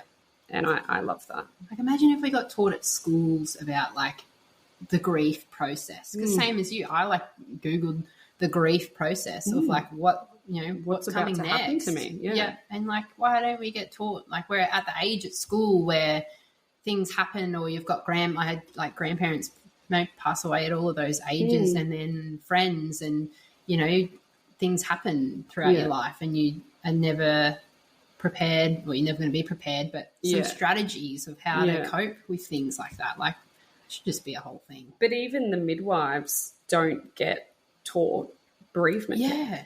Like that blew my mind. Like they literally learn this, what we're going through, they just learn it on the job. Yeah. And I'm like that just is I always think insane. about those like midwives and how did they just switch off from going and seeing me holding my dead baby to going and delivering someone else's baby. Like how do you turn on joy and sadness through a door? Like that's like they weren't solely my midwives or anything like that. Like that's just so I had a amazing girl reach out to me a few weeks ago on Instagram saying hi and sending her love and letting me know that she actually had her son the same day Milli was born at my hospital with my obstetrician. And I was really thrown by the message. Like she meant it with all good intentions. And she was telling me that it was actually her healing birth because her first one was quite traumatic and she almost passed away, and so did her baby almost. And they're fine now and they're all good. So she had a planned cesarean, same day as me and Milli. And I didn't even reply at first, like for ages. I just was like, okay, thank you. That like just leaving that there. Yeah. And then her husband came into my salon to get his teeth whitened a few weeks later, but I didn't put two and two together. And he said, I don't know how my wife knows you, da-da-da-da-da. And then she liked one of my comments. And then anyway, I worked out and I messaged her. I said, oh my God, your husband was in my salon today, blah, blah, blah. And she said, yeah. And I said, look, and I started crying in this voice message to her. Like I said, look, when you sent me the message that your son was born the same day as Milli, like I was super triggered and like But my next question was like, what time was he born? And he was born at like 3:00 in the afternoon. So they had experienced Milli, and I know that they went out and had fresh air, and some of them had to leave work for the day, and everyone was very traumatized from Milli's birth. And then I went onto her profile and I had a look, and I had a feeling her son was born after Milli because I could see on their faces were different, the team. Yeah. And I just like, I knew the team well, right? You know? And so I was like, I knew that she was going to say after, like, so Milli was born at 11:11 and he was born at 3 or 4 in the afternoon. And I just thought, how do they just go? And sometimes they can't. Like, I literally know that some people went home that day and didn't go back to work for a few weeks, and you know, others did just have to switch off and keep going. And it's just I have a lot of credit for people that work in the field and the industry. But I know, I think I've said to you before, like, I think you posted something the other day about whether you choose to go back like with the same obstetrician or not. Like, there's always going to be either way. And I actually decided to go. I didn't initially, but then I was kind of led in that direction by some divine timing that I ended up back with the same obstetrician when I had Jimmy. Okay. And they did say like how healing that was to be able to like provide care for us. And I think that, they just knew what we'd been through, and I never had to explain anything. I never felt like, you know, the way I carried on. Sometimes I felt like I never had to explain why. They have all said that. Like, we've seen the midwives, the nurses, the NICU, the PED, like all of them. And like, we even had an events one night and we were all having drinks upstairs later on, and they were all coming up to us like crying. Hi, like, you don't remember me, but I was in Milli's birth, and we just talk about you guys all the time, and we just can't wait to be there to birth your next babies. Like, they all say that, and I love that, and I think it's really beautiful. So that's just something I have to work through in terms of my trauma of the cesarean, as to who I can imagine seeing at the end of my table. But it is beautiful to hear that, and I know it would be like, because at the end of the day they just all want healthy babies for us, so for them to be able to experience that with you, they would have loved. I didn't want to at the start. I chose a different obstetrician. Okay. And I was going that way. And then I got a call a couple of weeks later and said that she's not taking anyone, but would you go and end up being the same obstetrician? No and I was way. like, well, it's meant to be. Absolutely. Yeah, and it was great. Too. All right, my lovely. I'm going to go call the lab back, and this potty will be out. I wrote your date down earlier. I was curious whether the dates add up with something. 21st of January. 21st of January. Yay. Oh, that's actually the day after Jimmy's birthday. Is it? I was about to say, I bet you it's something. And it's the day, there's one day in between Jimmy's birthday and Harper starting school. And it's that day. I'm going to be a mess. You're going to be lots of tissues. All right, my lovely. So good to have you. I love that I can cuddle you. My cousin always says, I just want to jump through the screen and cuddle everyone. Now I get to. Bye all. Thanks for listening.